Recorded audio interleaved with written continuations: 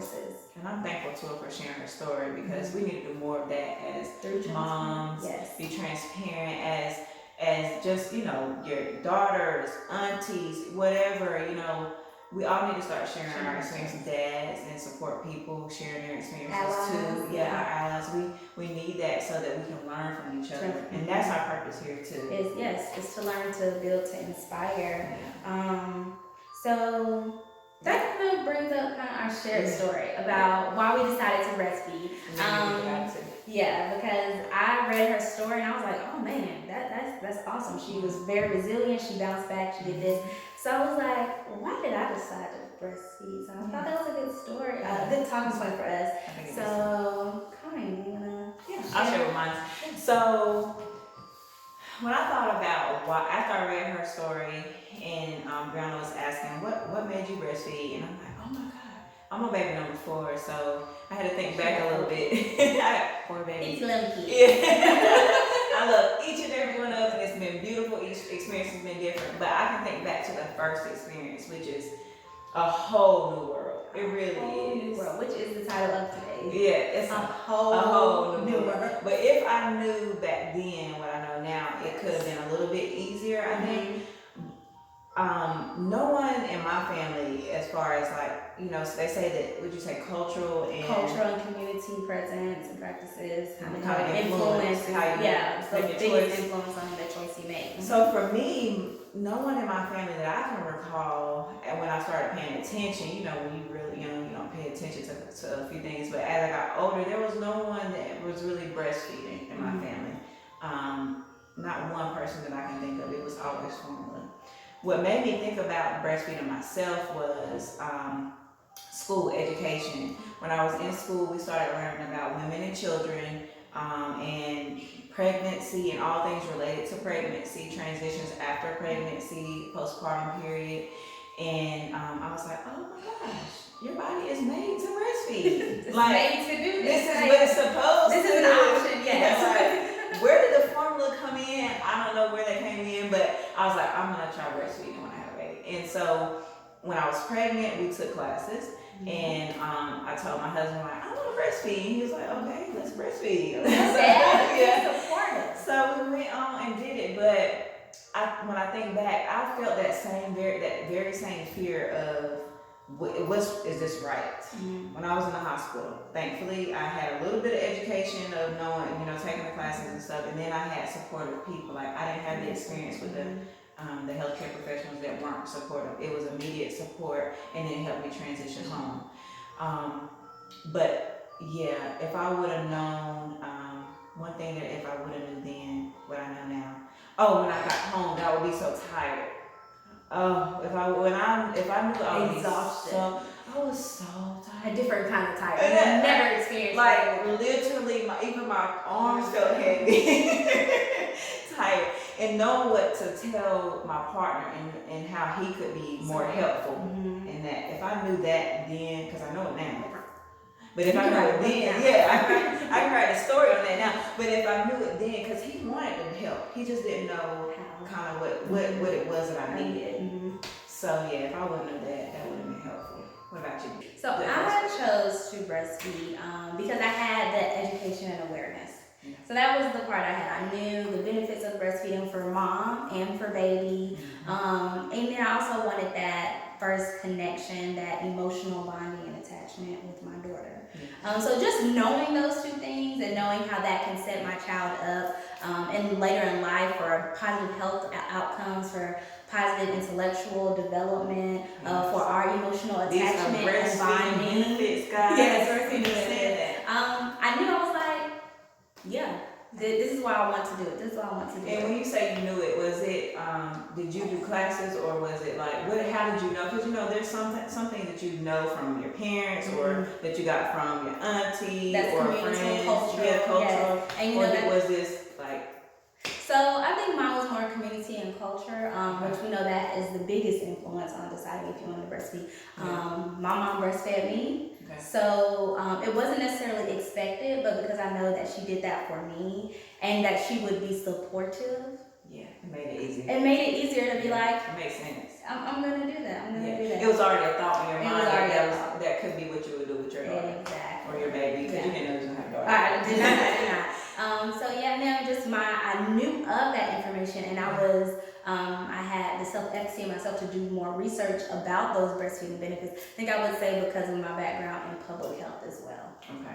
So put 2 and 2 for me, put those two together. Breastfeeding. Right. I'm going down breastfeeding path. Exactly. Which I think in both of our stories, just to have the information and become aware, kind of gave us a little more information and confidence. Yeah, confidence, because I was, like I said, I didn't know about, like, nobody in my family was talking about breastfeeding. But then once I brought it, I was like, I'm going to breastfeed.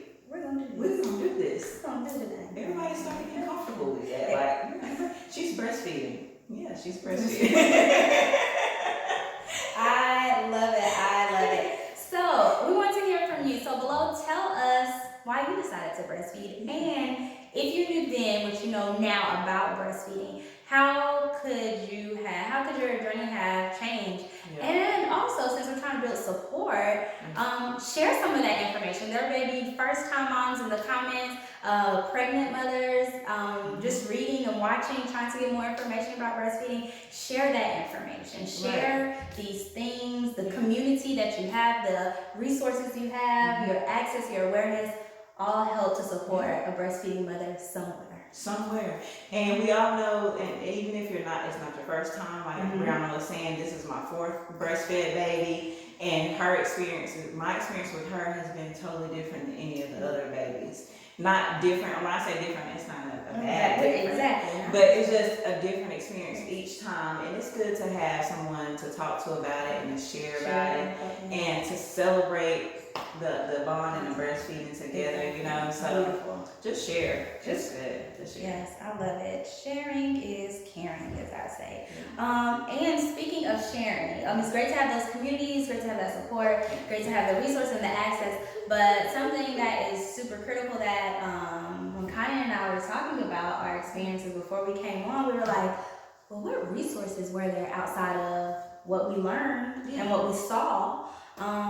What were the resources out there? So that's going to be another segment that will always share resources, tangible, evidence-based resources that you can tune into, that you can go find on your own time to discover and to read. So and when we say evidence-based, we talked about this previously, like we want to point out, because you might see that in that language in some of the websites or some of the pamphlets, or hear us say it as healthcare professionals. What we mean by evidence-based is it has research supporting the facts. Yes. And it's not just like Google somebody giving you their opinion, or some loosely myth or something. It's actual evidence with facts. And it measures that hold up to the outcomes that were gathered. So So the resource we had was WIC breastfeeding on the federal international level. Not international, national level was the WIC page. So you want to share some of those resources that we found? So on the national WIC page, there's information for moms first, like for if you're thinking about getting pregnant or you're currently pregnant, wherever you are in your journey, there's something on there for you to be able to use. Yes. And then they also have on there, which I loved, was she's laughing at my kids, my other kids, they're here. Moms have to do mom things. Right. So I think I need you. We can pause. Mom, it's a verb. It's what you do. I think I was talking about the WIC. pages, So WIC has, like I said, the stuff for mom, no matter where you are in your journey, and then they have stuff for dad. I love that they have a page for dad. Yes. It's like talking about what dad's experience and how to cope and yes, also engage, how they engage, how they can help, what your place is, because sometimes that. I know that I've heard time and time again, sometimes dads don't feel like they have a place, they feel like and then they're like, I want to feed the baby, but it's coming from your boob, so how do I? So having that on there, and then they also have other things that other family members can do, how you can build your community around you, and how you can lead them to show them what they can do to help. Because sometimes if you don't know what you need, you don't know what you don't know. Exactly. So seeing that out there, it gives you some ideas of how people can be supportive to you. I think that's pretty much the gist of it. They also have Making It Work, I think, on their website too. Okay. Which kind of helps you with your transition back to work. Some things on there about that if you're interested in looking through it and reading through it. It is quite a bit of information on there. I would say digest it. That's I was gonna say. Bite by bite. Don't How try do to you go on there and bite by bite. Just a little bit at a time. Wherever you are, just like I'm gonna look at that, and because you can go down a rabbit hole and then get overwhelmed.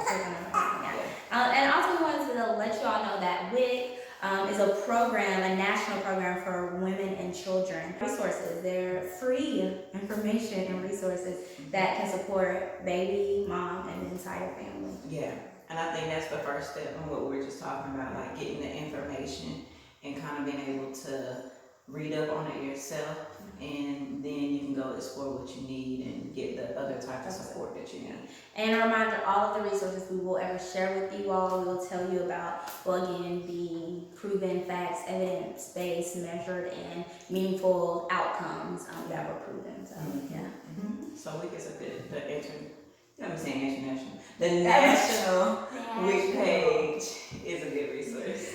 Listen, well, we're going to be international one day, so I speak that into it. Right. So yeah, that is our time today for Cookies and Conversation. It went by fast. We hope that you enjoyed. We hope that you gained something. And obviously, we hope that you tune in again. You have any parting words, salutation? What are we gonna say to the people? Natalie, what are we gonna say? Feel free to have your boobies all out over town. Just breastfeed wherever you are. Feel comfortable. Know that you're supported and that you have two women here that are saying that's perfectly fine, natural, normal. And we want more mamas to feel comfortable in doing that. And so we support you all the way. Go for it. We hope to see you soon.